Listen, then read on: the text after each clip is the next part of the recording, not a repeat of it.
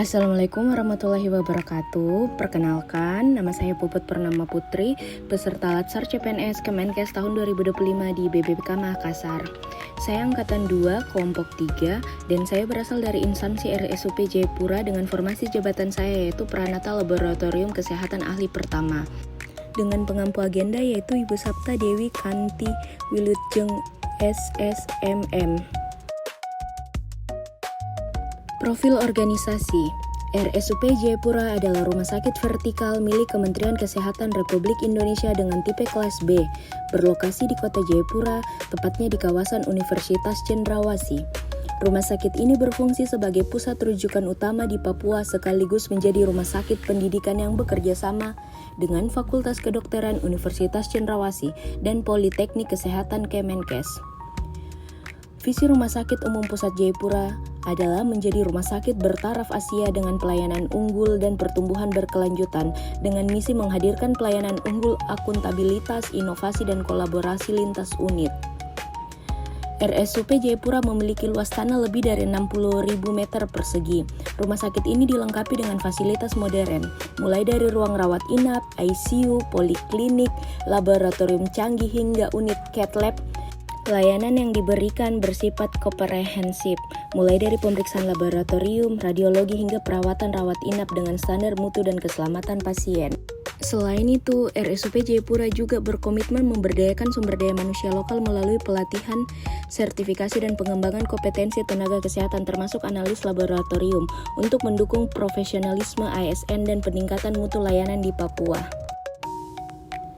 RSUP Jayapura dipimpin oleh Dr. Petronella bersama jajaran manajemen. Di bawahnya, instalasi laboratorium medis dipimpin oleh Dr. Fatma sebagai kepala instalasi dengan penanggung jawab di tiap unit laboratorium seperti hematologi, kimia klinik, mikrobiologi, dan imunologi.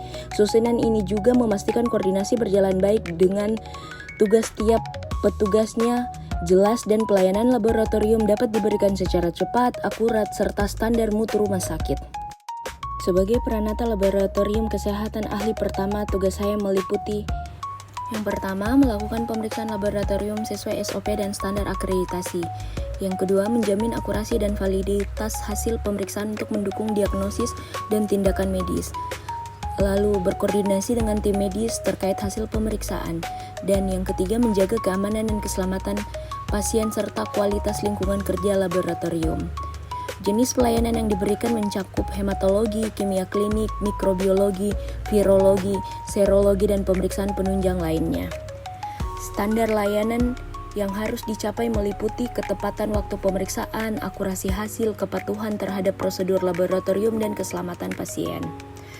Keterkaitan tugas dengan agenda 3 Latsar, yaitu tugas saya memiliki keterkaitan langsung dengan agenda 3 Latsar khususnya pada aspek manajemen ASN dan Smart ASN. Manajemen ASN menuntut kita untuk disiplin, akuntabilitas, integritas, dan tanggung jawab. Profesional dalam menjalankan pemeriksaan laboratorium. Hasil pemeriksaan yang tepat dan akurat mendukung efektivitas pelayanan rumah sakit dan dalam pengambilan keputusan medis tim klinis.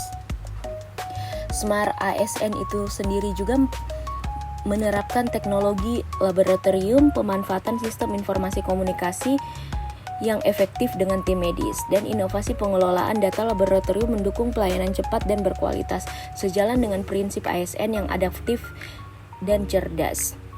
Fenomena dan hambatan. Dalam pelaksanaan tugas terdapat beberapa hambatan dari berbagai sisi, yaitu yang pertama, pelayanan.